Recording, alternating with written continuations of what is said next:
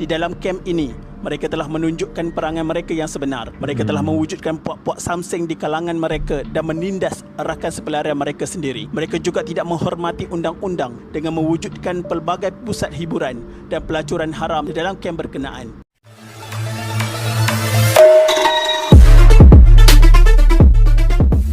Assalamualaikum guys and welcome back to my channel. Nama aku Fik. So aku harap korang ini baik-baik saja, lebih baik daripada hari-hari yang semalam. Ya guys, hari ni kita sudah berpuasa 4 hari.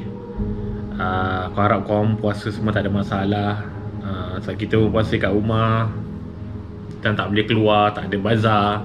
Rasa macam janggal sikit kat situ. Tapi tak apalah, tahun ni kita buat kelainan sikit lah kan. So guys, aku hari ni nak buat video react lagi untuk korang dekat Detektif Mat Dispatch punya channel. So hari ni punya tajuk Rohingya Mudah Lupa. Ini berkenaan dengan Rohingya sebab lately ni kita ada dengar-dengar pasal Rohingya nak, orang kata diorang pun mogok untuk dapatkan apa, penduduk tetap kat sini. So ramai juga yang tak tahu yang kisah Rohingya ni pada tahun 1990 sebab apa yang aku baca dekat Detektif Mat Dispatch ni, dia tulis tu pengajaran rusuhan pelarian Pulau Bidong dan Kep Sungai Besi 1990. Time ni aku pun tak lahir baru je lahir time tu 1990. So pada korang yang belum tengok lagi video-video aku lepas, video-video aku yang lepas, boleh tekan link dekat atas tu. Kau tengoklah video aku yang lepas. So guys, sebelum aku teruskan dengan video ni, pastikan korang dah like dan subscribe channel aku, tanda korang support aku. So video ni berdurasi 12 minit. So campur dengan aku cakap ni mungkin lebih sikit lah. So tanpa melengahkan masa, jom kita layan video ni. Let's go.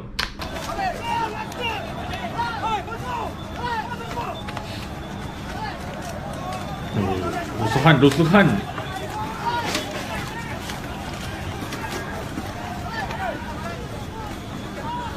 Rohingya. Aku tak tahu isu Rohingya ni sampai bila. Aduh, lepas satu-satu, lepas kes Covid, Rohingya pula.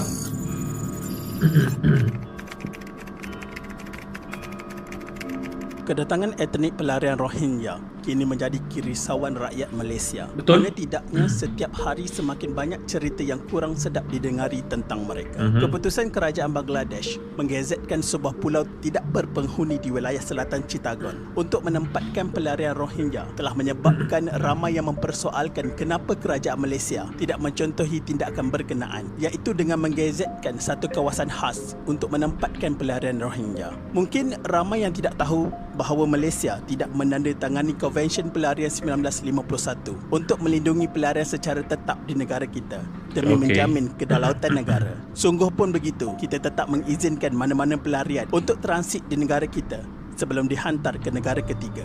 Tahukah anda Malaysia pernah diancam kedaulatannya kerana terlalu bermurah hati dengan menerima pelarian di negara kita suatu ketika dahulu. Ia digelar tragedi Pulau Bidong. Kisahnya bermula apabila Malaysia mengambil keputusan untuk menerima pelarian dari negara Vietnam yang meninggalkan negara mereka melalui jalan laut kerana peperangan yang tercetus di negara mereka. Oleh kerana jumlah mereka yang begitu ramai, Malaysia terpaksa mencari satu kawasan khas untuk menempatkan mereka di negara kita. Keputusan menerima pelarian Vietnam menyaksikan kerajaan Terengganu terpaksa mengisytiharkan Pulau Bidong, sebuah kawasan tidak berpenghuni di pesisiran pantai Terengganu, kira-kira 40 km dari Tanah Besar, sebagai pusat penempatan pelarian Vietnam antara tahun 1978 hingga 1990. Ketika itu, ramai pelarian Vietnam mendarat di pantai dan pulau perairan pantai timur. Dianggarkan seramai 252,390 pelarian Vietnam mendarat di Malaysia dan seramai 4,535 bayi telah dilahirkan.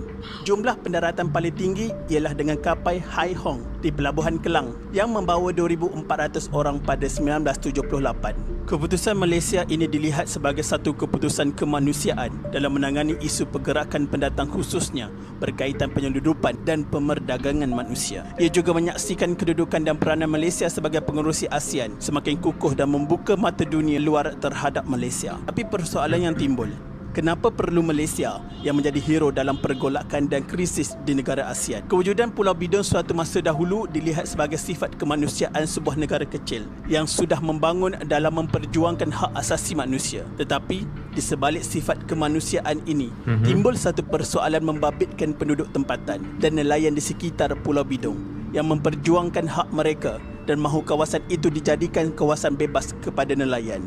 Bagi nelayan sekitar Pulau Bidong, pulau ini bukan sahaja menjadi lubuk sotong tetapi juga menjadi kawasan tangkapan ikan zon B, iaitu untuk nelayan pukat jerut dan pukat tunda. Tindakan kerajaan mengisytiharkan Pulau Bidong sebagai kawasan keselamatan pada 1976 menghalang nelayan untuk menangkap ikan menghampiri Pulau Bidong. Beberapa kes nelayan dihalau oleh pasukan petugas pendatang haram Vietnam kerana dikatakan menceroboh kawasan larangan sewaktu bot mereka menghampiri Pulau Bidong untuk berteduh daripada ribut, menyebabkan mereka terpaksa meredah laut bergelora untuk berteduh. Kemarahan mereka memuncak pada Februari 1989 apabila Persatuan Nelayan Terengganu bercadang menuntut ganti rugi sebanyak RM36 juta daripada Suruhanjaya Tinggi Bangsa-Bangsa Bersatu mengenai pelarian. Alasannya ialah kira-kira 3,000 nelayan terjejas pendapatan kerana penempatan pelarian di pulau itu menyebabkan mereka tidak boleh menangkap ikan di sekitar Pulau Terbabit. Mendengar rintihan rakyat membuatkan wujudnya konflik antara kerajaan negeri dan kerajaan pusat. Selepas hampir 12 tahun Malaysia menempatkan pelarian Vietnam di Pulau Bidong Terengganu bermula tahun 1978, jasa baik kerajaan membenarkan mereka menumpang di situ dibalas dengan demonstrasi berdarah pada awal 1990-an. Tunjuk perasaan itu bermula apabila tersebarnya berita mengatakan PBB membuat keputusan untuk mengeluarkan mereka dari situ untuk dihantar ke negara ketiga.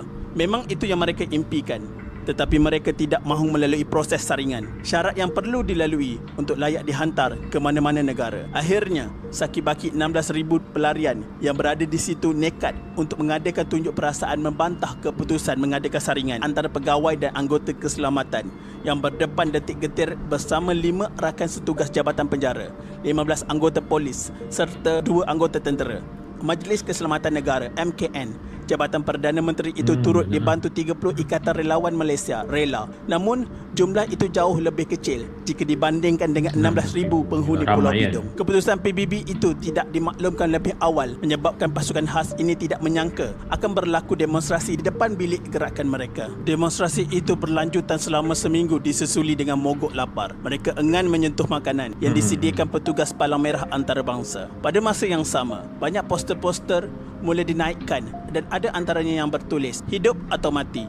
Kami mahu keadilan. Bebaskan kami dan kami tidak mahu pulang." Sepanjang tempoh itu, petugas keselamatan terus berdiplomasi memujuk mereka supaya bertenang. Pada hari pertama dan kedua, mereka kelihatan masih boleh mengawal emosi. Tetapi selepas beberapa kali berbincang dan tiada keputusan positif, mereka mula berubah sikap. Pemimpin mereka mula berucap di tempat perhimpunan dengan penuh semangat. Kemuncak tunjuk perasaan itu memang mengerikan kerana ramai yang mencederakan diri sendiri, menikam badan dengan senjata tajam. Mereka mahu menunjukkan tanda protes kepada PBB. Demonstrasi itu berakhir dengan aman selepas beberapa perundingan dan akhirnya semua penghuni di Pulau Bidong dipindahkan ke kem Sungai Besi sementara menunggu proses menghantar mereka ke negara ketiga. Pelarian Vietnam yang terkenal dengan sikap agresif akibat desakan hidup di negara mereka serta kesan perang antara Vietnam Utara dan Vietnam Selatan juga tidak terlepas daripada masalah jenayah dan disiplin walaupun dikawal ketat. Konflik ini berakhir pada 30 November 1991 selepas kerajaan mengumumkan Pulau Bidong akan ditutup daripada menjadi pusat penempatan sementara pelarian Vietnam. Upacara penyerahan yang dilakukan oleh bekas Timbalan Perdana Menteri ketika itu Tun Ghaffar Baba kepada Menteri Besar Terengganu Tan Sri Wan Mokhtar Ahmad menandakan Pulau Bidong yang menempatkan pelarian Vietnam sejak 1975 bebas daripada jajahan rakyat asing. Menurut pemerhati politik ketika itu, keputusan menutup Pulau Bidong sepatutnya sudah lama dibuat oleh kerajaan. Setelah hampir 12 tahun, masalah penempatan semula pelarian ke negara ketiga menjadi semakin rumit. Keputusan kerajaan menutup Pulau Bidong untuk selama-lamanya kepada pelarian dapat mengelakkan golongan itu meninggalkan negara mereka untuk mencari kehidupan yang lebih baik. Lebih penting, ia melenyapkan imej Pulau Bidong sebagai pusat tarikan pelarian, khususnya dari Vietnam. Namun penutupan Pulau Bidung ini bukanlah pengakhiran kepada masalah pelarian. Selepas Pulau Bidung ditutup, pelarian ini dipindahkan ke kamp pelarian Sungai Besi dengan satu harapan agar masalah pelarian ini dapat diatasi. Jangkaan semua pihak itu nyata meleset apabila bilangan pelarian Vietnam ini bertambah dan menjadikan kamp pelarian Sungai Buloh seolah-olah daerah keramat mereka. Pelarian Vietnam bertindak seperti kacang lupakan kulit apabila mencetuskan kekecohan yang menjadi antara rusuhan terbesar pernah berlaku di negara ini. Bagaimanapun, kehadiran mereka di kamp Sungai Besi memberi masalah lebih besar kepada anggota keselamatan. Di dalam kamp ini, mereka telah menunjukkan perangai mereka yang sebenar. Mereka telah mewujudkan puak-puak samseng di kalangan mereka dan menindas rakan sepelarian mereka sendiri. Mereka juga tidak menghormati undang-undang dengan mewujudkan pelbagai pusat hiburan dan pelacuran haram di dalam kamp berkenaan. Justru disebabkan sikap mereka yang kurang ajar, pihak keselamatan telah mengambil keputusan melakukan pemeriksaan secara menyeluruh ke dalam kamp mereka untuk membantras gejala yang tidak bermoral yang dilakukan mereka. Mereka membantah tindakan anggota keselamatan hingga mencetuskan rusuhan besar pada Jun 1995 yang hampir menggugat kedaulatan dan keselamatan negara yang telah memberi perlindungan kepada mereka selama ini. Tindakan ganas kumpulan perusuh pada pagi 5 Jun 1995 menyebabkan 3 blok kediaman di kamp transit sementara Sungai Buloh yang menempatkan lebih 4,500 pelarian Vietnam musnah sama sekali. Rusuhan ini mengorbankan seorang pelarian dan mencederakan lebih 10 anggota yang terlibat dalam operasi mengawal keselamatan, iaitu pasukan simpanan Persekutuan FRU, bomba dan polis hutan. Selain drama rusuhan yang berlangsung selama lebih 16 jam, kebakaran besar itu turut menggemparkan warga kota, khususnya mereka yang tinggal di sekitar Sungai Besi dan Bukit Jalil. Kepulan asap yang menjulang tinggi dikatakan dapat disaksikan dari jarak puluhan kilometer. Dalam operasi mengawal rusuhan itu, seramai 1,200 anggota pasukan keselamatan terdiri daripada anggota polis FRU, polis hutan, bomba, unit pengesan bom dan unit anjing pengesan dikerahkan ke tempat kejadian. Serbuan awal polis ketika itu berjaya menemui pelbagai senjata tajam seperti lembing, parang, senapan patah dan pedang yang dihasilkan oleh kumpulan perusuh. Berdasarkan kenyataan rasmi Dewan Negara yang dibaca oleh Menteri Jabatan Perdana Menteri ketika itu, Datuk Seri Muhammad Nazri Abdul Aziz, berhubung insiden ini, kekecohan dipercayai berpunca daripada sikap tidak puas hati pelarian terhadap keputusan kerajaan yang mahu menghantar mereka pulang ke negara asal. Menurut beliau, dalam kenyataan itu, pelarian Vietnam cuba menunjukkan bantahan dan mendapatkan simpati dunia terhadap rancangan kerajaan menghantar mereka pulang ke Vietnam yang sudah dipersetujui oleh Suruhanjaya Tinggi Bangsa-Bangsa Bersatu bagi orang pelarian. Mereka juga masih menaruh harapan untuk dihantar menetap ke negara ketiga yang mereka anggap dapat memberikan perlindungan walaupun permohonan mereka ditolak oleh negara berkenaan. Pilihan kumpulan pelarian ketika itu adalah untuk mendapatkan tempoh perlindungan lebih lama di negara ini sementara menunggu giliran dihantar ke negara-negara ketiga seperti Amerika Syarikat, Perancis, Kanada dan Eropah yang dikelola oleh UNHCR. Bagaimanapun atas syarat-syarat ketat yang ditetapkan oleh badan antarabangsa itu, keutamaan mengikut program pemindahan ke negara ketiga itu hanya melibatkan pelarian yang mempunyai kelayakan profesional. Tersepit dalam keadaan itu, sebahagian daripada pelarian turut berusaha meraih simpati antarabangsa sehingga mendapat perhatian dari negara luar. Kenyataan yang sama juga menyatakan pemberontakan berpunca daripada tindakan kerajaan membina pagar berangkai di kamp berkenaan bagi mengasingkan kumpulan pelarian yang bermati-matian enggan dihantar pulang dengan puak yang lebih bertimbang rasa. Dalam rundingan itu, kumpulan pelarian mendesak kerajaan supaya tempoh perlindungan dilanjutkan kerana mereka takut pulang ke negara asal. Mereka tidak berani pulang kerana takut dikenakan hukuman mati oleh pemerintah komunis negara itu. Rundingan menemui jalan buntu sehingga tercetusnya rusuhan. Selepas tewas dalam pertempuran dengan pihak berkuasa, beratus-ratus kepala samseng dihantar ke kamp tahanan sementara pelarian di Krayung Pahang. Betapa susah dan mencabarnya pasukan khas di bawah MKN serta semua agensi keselamatan kita bagi menangani isu pelarian ini. Buat baik dibalas baik, namun tidak sangka sebaliknya pula yang kita dapat. Tahniah kepada MKN dan semua agensi keselamatan kita pada ketika itu yang akhirnya berjaya menyelesaikan dan meleraikan masalah isu pelarian Vietnam ini. Berbalik kepada isu etnik pelarian Rohingya, jangan jadi Rohingya mudah lupa. Kerajaan Malaysia perlu lebih tegas bagi menjamin kedaulatan negara serta mengekang kemasukan mereka secara haram atas tiket pelarian. Kita sebagai rakyat Malaysia teruskanlah bersuara melalui saluran yang betul tanpa menyalahi undang-undang. Cukuplah yang sedia ada pun sudah bermasalah. Jangan ditambah jumlah mereka. Kita tidak akan nampak dalam masa 2-3 tahun tapi kesannya 20-30 tahun akan datang kepada anak cucu kita. Betul. Selain daripada masalah sosial yang berbangkit jika mereka terus bertapak di Malaysia dan diberikan pelbagai keistimewaan yang tidak sepatutnya diberikan kepada pendatang asing tanpa izin, walaupun mereka kononnya merasa kebal dengan hanya memegang title pelarian UNHCR. Sekian, terima kasih. Sama-sama. Habis dah. So guys, baru saja habis tentang rusuhan pelarian Pulau Bidong dan Kem Sungai Besi. So aku pun tak tahu sebab ini berlaku masa aku belum lahir lagi. Aku lahir 1990, dia 1995, macam tu baru dia habis.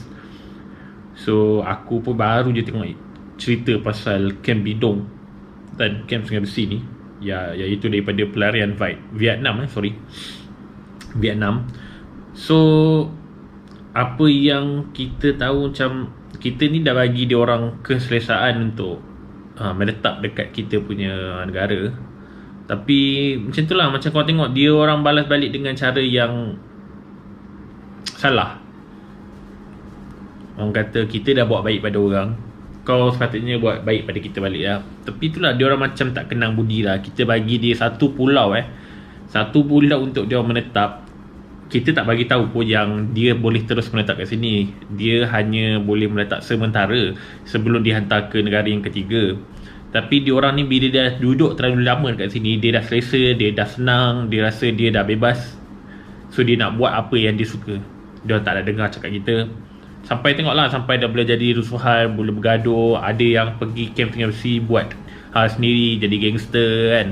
Buat pusat hiburan sendiri. Benda-benda tu yang kata busukkan nama Malaysia lah. So sebab tu sekarang ni rakyat Malaysia semua tak nak jadi benda tu balik yang kali kedua pada sekarang lah. Sekarang ni pun tengoklah, Roya pun dah pogok. Ada yang tak puas hati, ada yang nak bergaduh lah kat dalam social media tu, ngatakan kita ni kurang ajar dengan diorang. Diorang dah datang sini, kononnya macam diorang ni dah penduduk tetap kat sini lah. Kira tak tahu lah, aku rasa, korang rasa macam mana? Bagi aku macam tak perlu kot bagi diorang ramai masuk. Bukanlah aku rasa bukan aku nak macam racist sangat, tapi kau tengok dulu macam mana kita bagi muka dekat orang luar dan kita balik kena. So kita tak nak benda tu jadi kali kedua. So aku harap kerajaan Malaysia boleh buat something lah pasal etnik Rohingya ni. Aku tak nak cakap banyak-banyak, nanti benda-benda ni jadi masalah dekat aku. Sebab benda ni tengah hangat sekarang ni. Aku harap pihak kerajaan Malaysia ada cara untuk selesaikan hal ni. So tu je aku tak nak cakap. Korang tengok sendiri video ni, tengok macam mana rusuhan dulu. So takkan korang nak buat rusuhan kali kedua kot. Takkan berdina jadi nombor 2. So tak nak kan. So aku harap kita sama-sama sokong apa yang kerajaan Malaysia buat. Kalau perlu hantar dia balik, hantar je. Kita bukanlah kejam sangat, tapi macam kita tak nak benda apa-apa berlaku kat kita nanti. Macam dia cakap, untuk sekarang memang tak nampak, tapi untuk 20, 30 tahun, 40 tahun, cucu-cucu kau nanti, anak-anak kau semua tak nak terjejas kat situ kan. So sama-sama lah kita hindari benda-benda macam ni. So guys, aku habiskan react aku dekat sini saja, video aku dekat sini saja. So sebelum aku habiskan, pastikan korang dah like dan subscribe channel aku. Dan aku nak ucapkan thank you very much sebab support aku dari dulu sampai sekarang. So guys, stay safe, stay home, duduk kat rumah, selamat berpuasa dan selamat berbuka. Kita akan berjumpa the next video soon, InsyaAllah. Assalamualaikum. I've been waiting